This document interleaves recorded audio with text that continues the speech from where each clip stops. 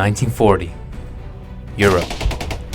After annexing Austria and Czechoslovakia and conquering Poland in the east, Hitler's Wehrmacht now aims for a siege against the Western European nations.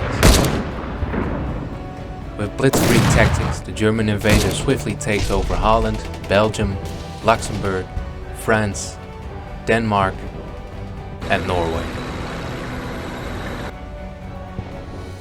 The siege on Denmark opened up the possibilities for Hitler's armies to attack north.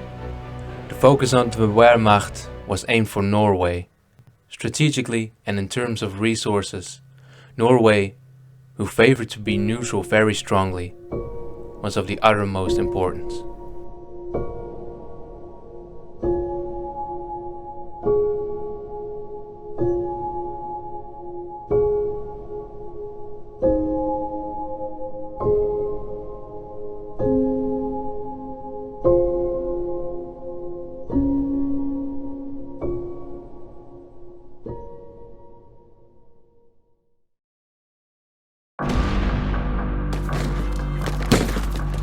Germans swiftly made their way onto Norwegian soil and aimed to neutralize any obstacles they ran into, preventing them from getting a grasp on their capital, main harbor cities, and their king.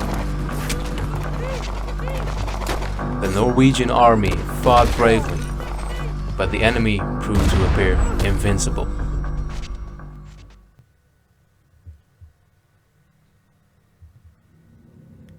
Even after German domination, the Norwegians, both soldiers and resistance fighters that would often be regular citizens, continued to give their lives for their freedom, that would often cost them dearly.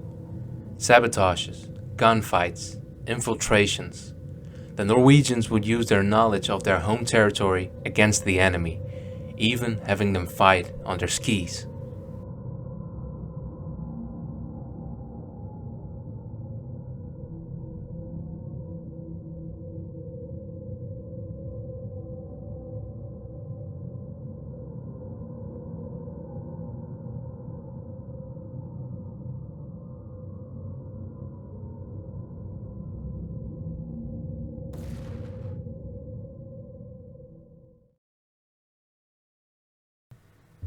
Despite all of this, the Norwegians weren't alone.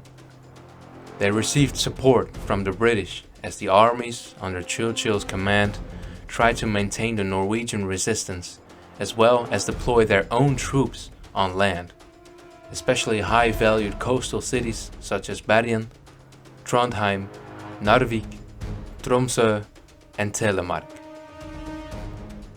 They themselves knew very well they would also risk their own lives, with the German Kriegsmarine putting up fierce resistance.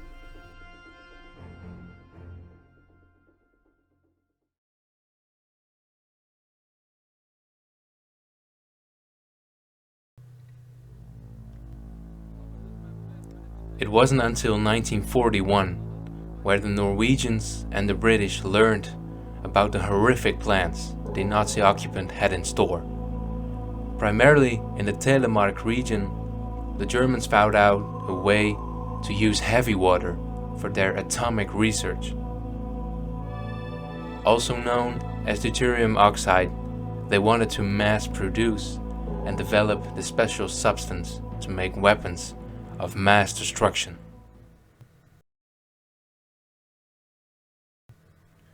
From 1942, Norwegian commando teams alongside British troops that supported them executed multiple missions to try and destroy the German heavy water plants in Telemark.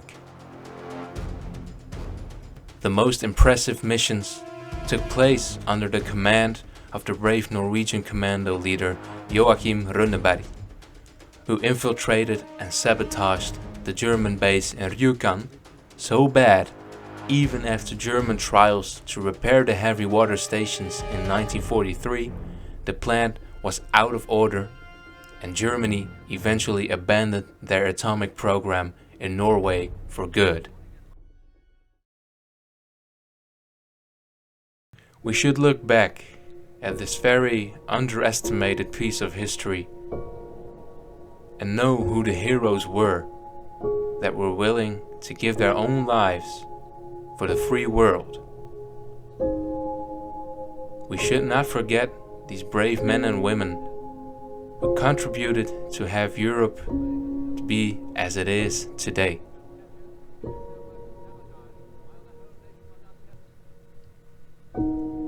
Even though very recent times also have known conflicts very well, we mustn't forget what happened in Norway in this time, and we mustn't let go of our struggle for freedom.